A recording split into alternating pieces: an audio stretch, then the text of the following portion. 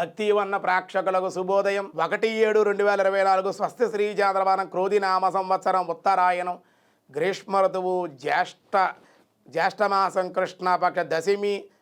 సోమవారం దశమి ఉదయం 11 గంటల వరకు అశ్విని నక్షత్రం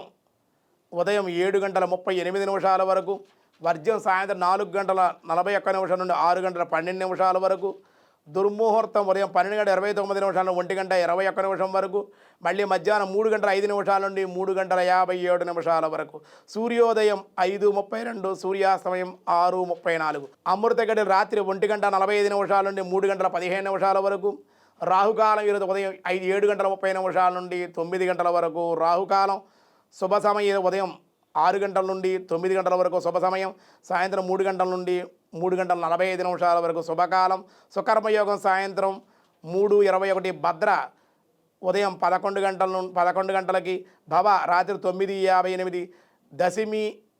ఉదయం 11 గంటల వరకు అనంతర ఏకాదశి కూడా ఉంది ఏకాదశి కూడా చేసుకోవాలి రేపు పూర్తిగా ఏకాదశి ఉంది ఈరోజు దశమిని ఆచరించుకోవాలి అని చెప్పడం జరుగుతోంది అన్ని కార్యాలకి అనుకూలం దినారంభ చక్రాన్ని బట్టి ఈరోజు మేష వృషభ మిథున కర్కాటక రాశి వారికి అనుకూలంగా ఉంది సింహ కన్య తుల వృశ్చిక రాశి వారికి మిశ్రమంగా ఉంది ధన సకర కుంభ మీనరాశుల వారికి చాలా అనుకూలంగా ఉంది అని చెప్పడం జరుగుతోంది వ్యాసాయ విష్ణు రూపాయ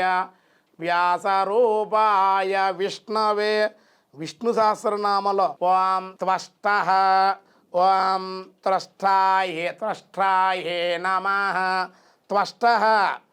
బృహత్ పదార్థాలు మిక్కిలి పెద్ద స్వరూపంగా మిక్కిలి చిన్నవిగాను పెద్దవిగాను అణువులుగా చేయబడిన వాడిని ఈ శబ్దముల యొక్క భావార్థము త్వష్టః అన్నారు ప్రళయకాలం సమస్త భూతకోటికి మిక్కిలి సూక్ష్మ స్వరూపమున